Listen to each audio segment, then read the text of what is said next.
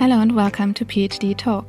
My name is Miriam and I'm the host in this podcast where I interview PhD students to let them talk about their topics and struggles and joys, and where me and others share tips with you to make your life as a PhD student more effective, less stressful, and most importantly, more fun.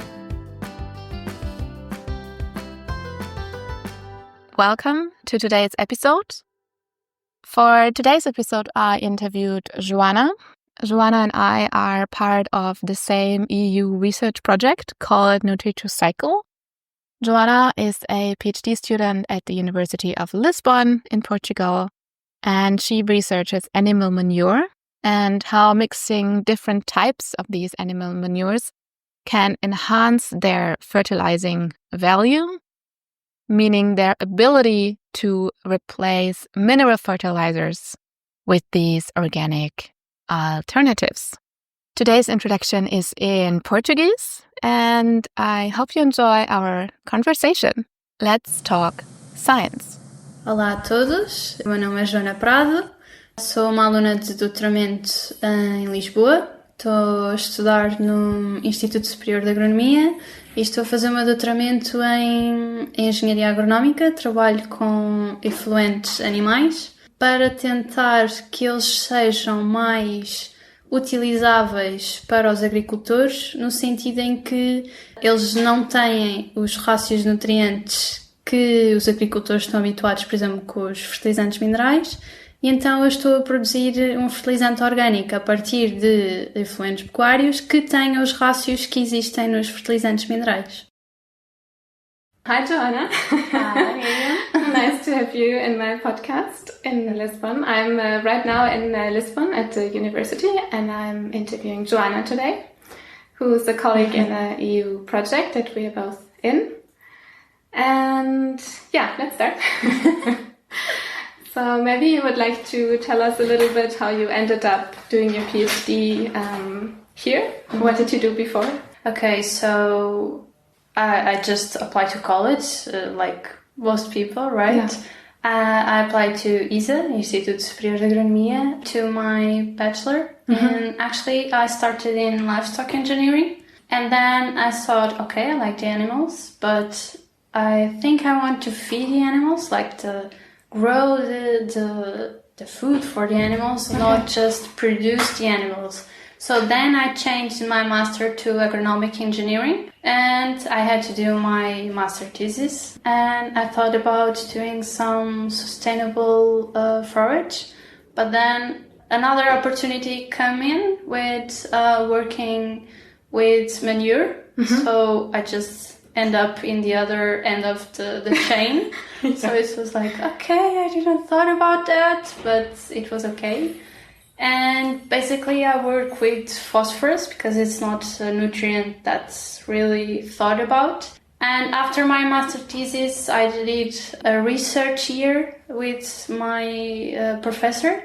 And then this opportunity came in. And so I joined the Nutri2Cycle and started doing my PhD with manures. So that's why I met you. Yeah, we are together in a project that's called Nutri2Cycle, yeah, where we try to close nutrient loops. Yeah.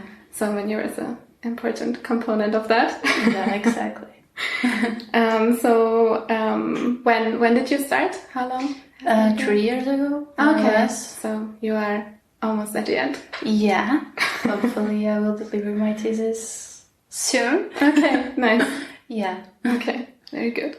And would you like to tell us a bit more about the actual topic that you work on? Yeah, just like you said, we're trying to close the nutrients cycles. Yeah. So, but to do it, like, farmers don't really like to use manure because contrary to mineral fertilizers that they know what they are applying, like nitrogen or phosphorus, the farmers know what they are applying. And with manure, even the nutrient ratio, it's not adequate for the crops. We can over-apply phosphorus because we do the fertilization based on the nitrogen, so we end up overly applying phosphorus, or we cannot apply the sufficient amount of nitrogen in order to not over-apply phosphorus. Okay.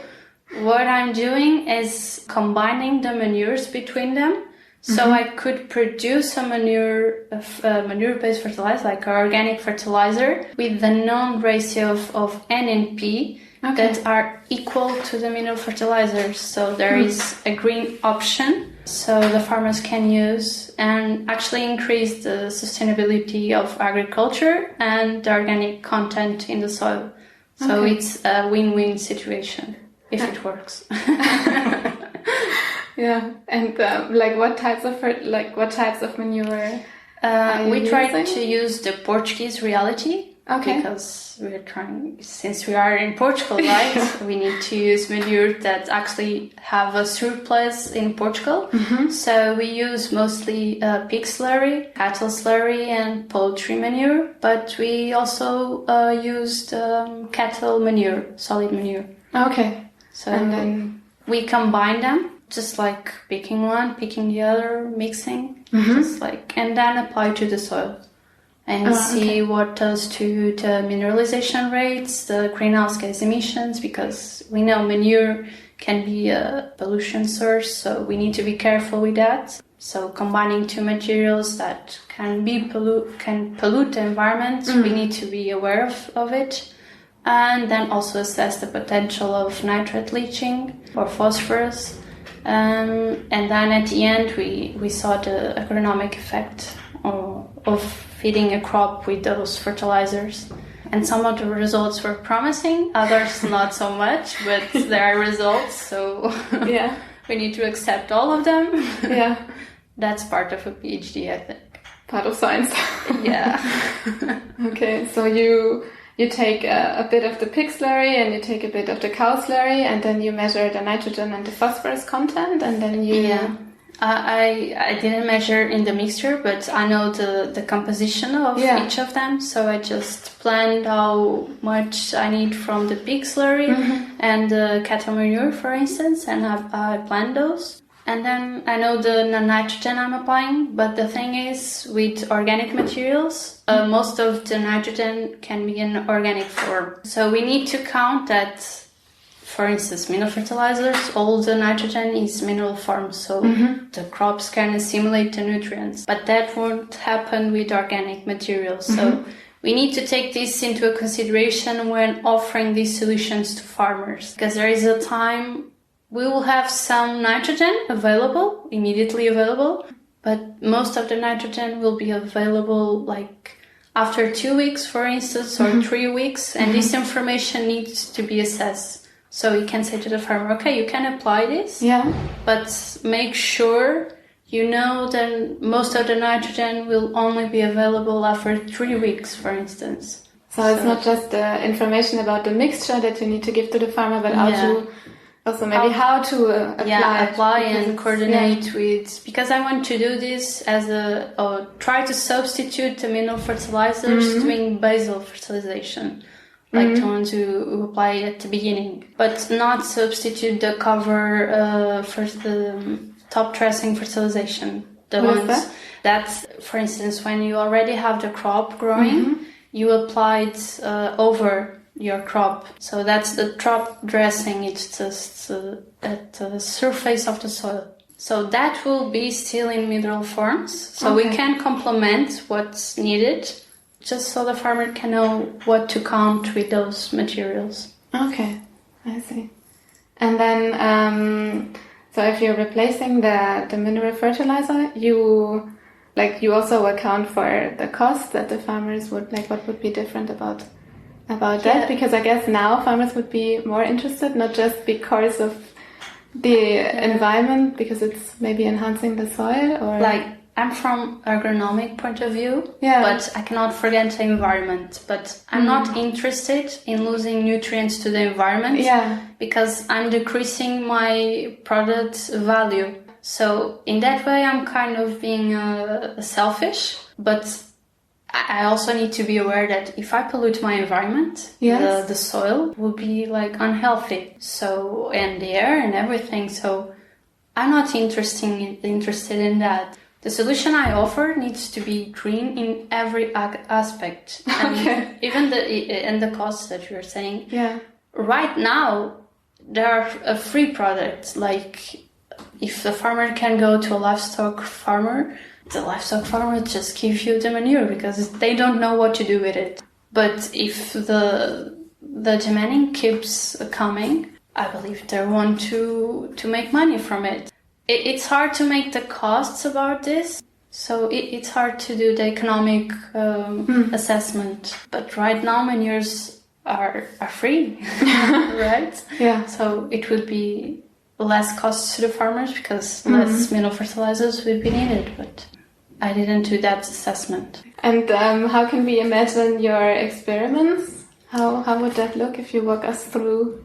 True. Actually, I only done at lab scale because it's too new. But I think it would be interesting to pick the solutions that actually worked and try to assess them in different soils because I only use one type of soil. So it would be interesting to have at least one or two more types of soils just to know if that thing only worked for that soil or it can work for all of them. So I could give more information to farmers because otherwise I cannot go to the field because it's too unknown yet. Yeah. So it would be difficult to have a farmer willing to test it out, you know. Okay.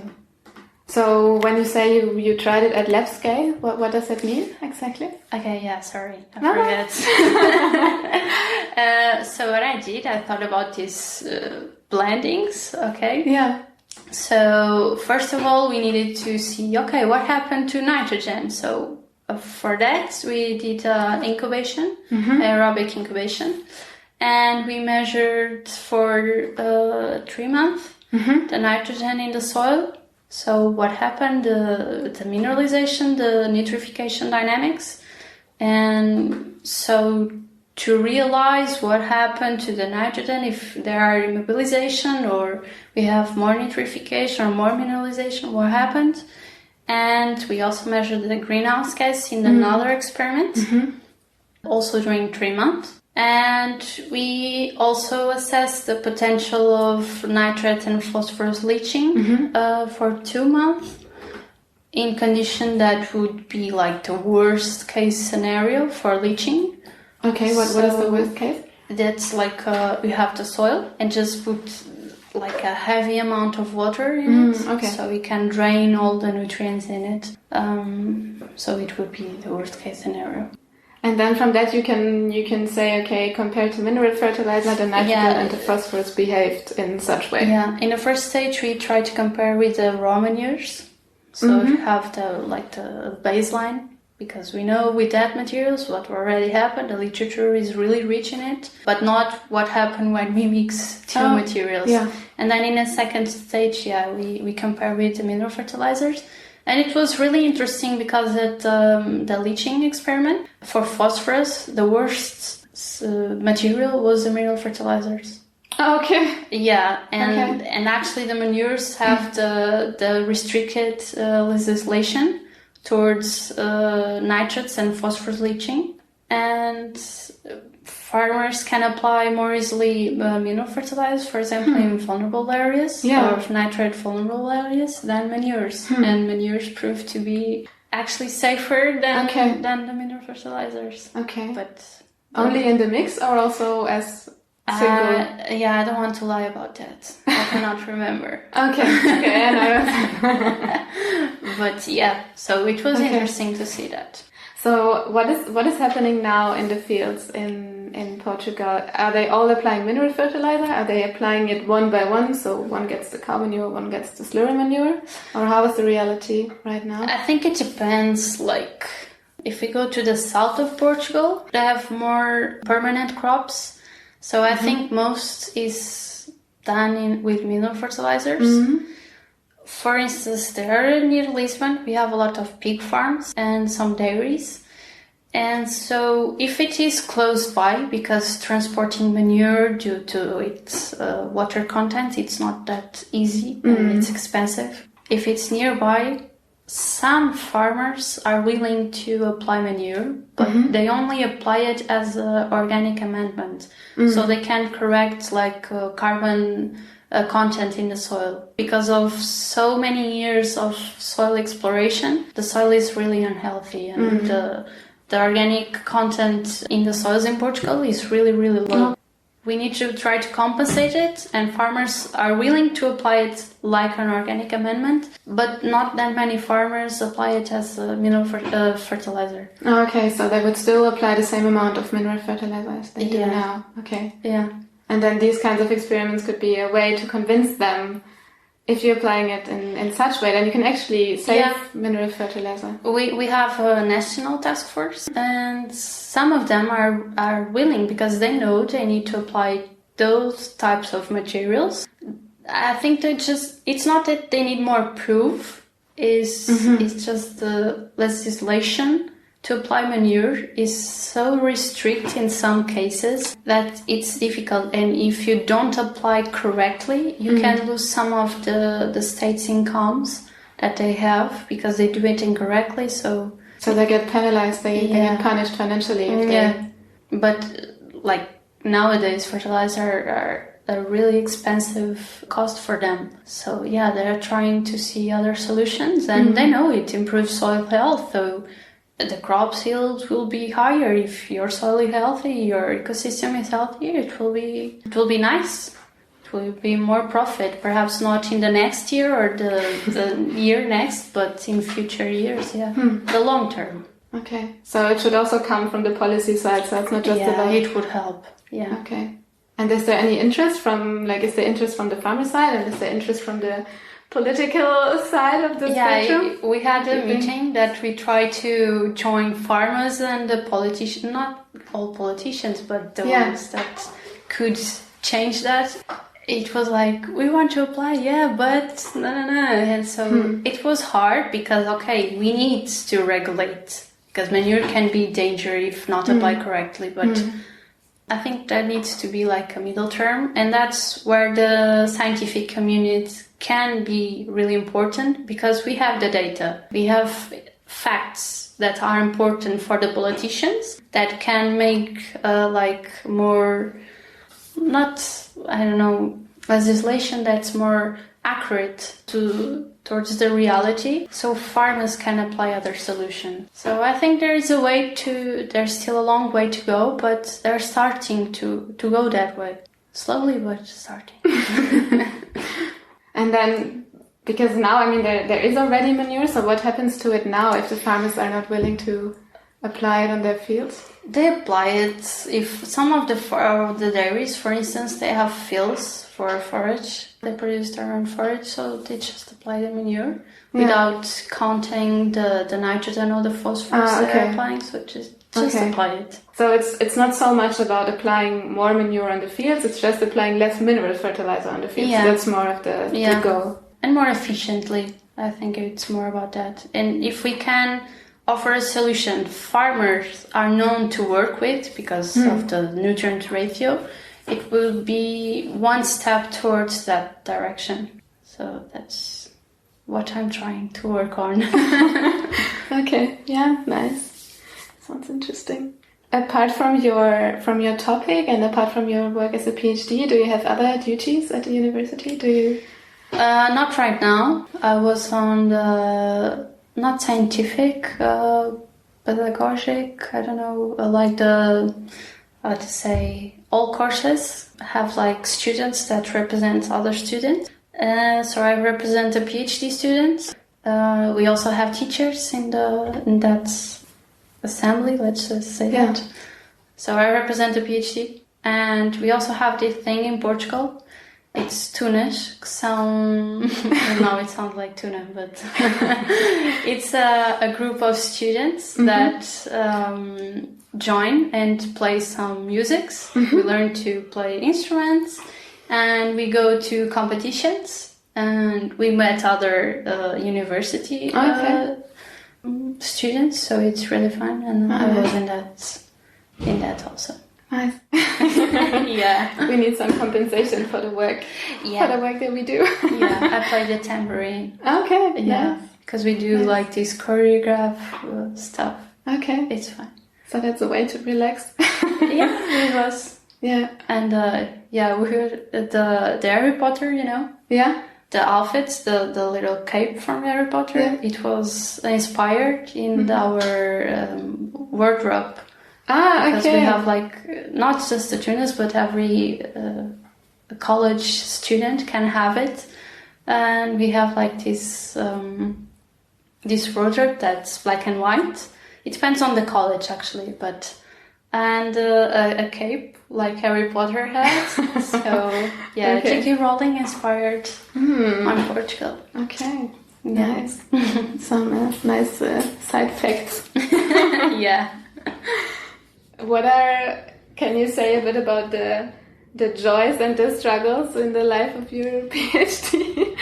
Yeah, like right now it's more of a psychological part. Okay, yeah. Because it's like the final step of the PhD. It's like writing, assembling, like thinking about what I could have done, but it's okay, I didn't have time. But I think there's ups and downs. We try to use the ups to compensate the downs. Sometimes there are days we can not compensate, but it's a pity that we do so much work alone. For instance, I have another colleague, but she has her work. Even if we talk, it's different, I think.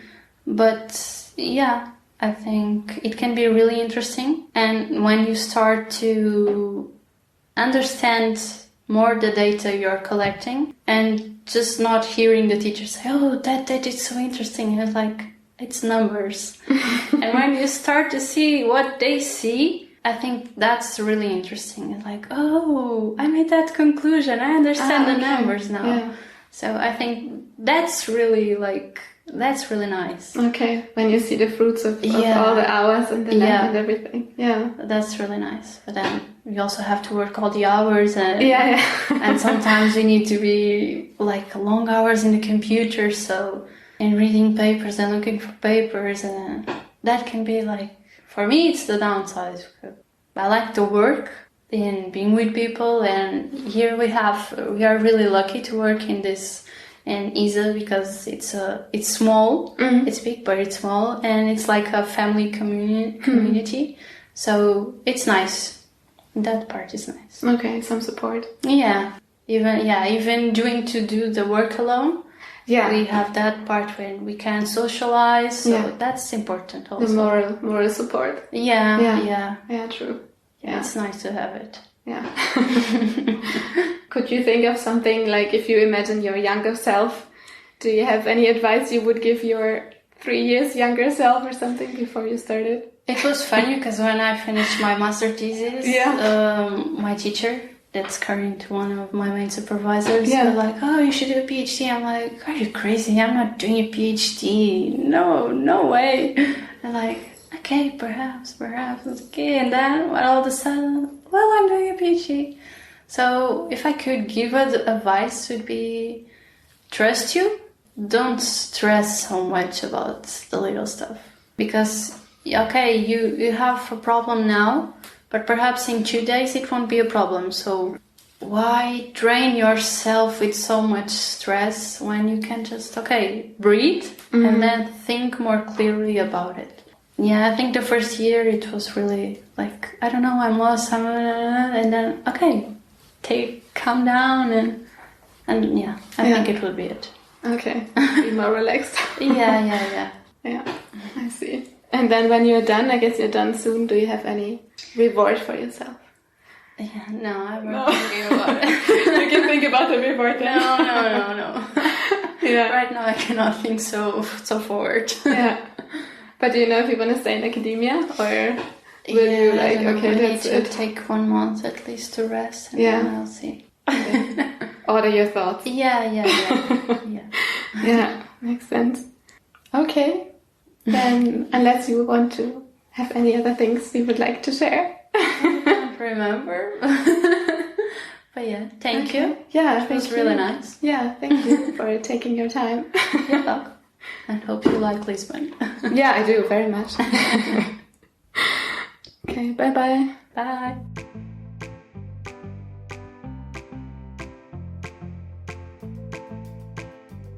Welcome back.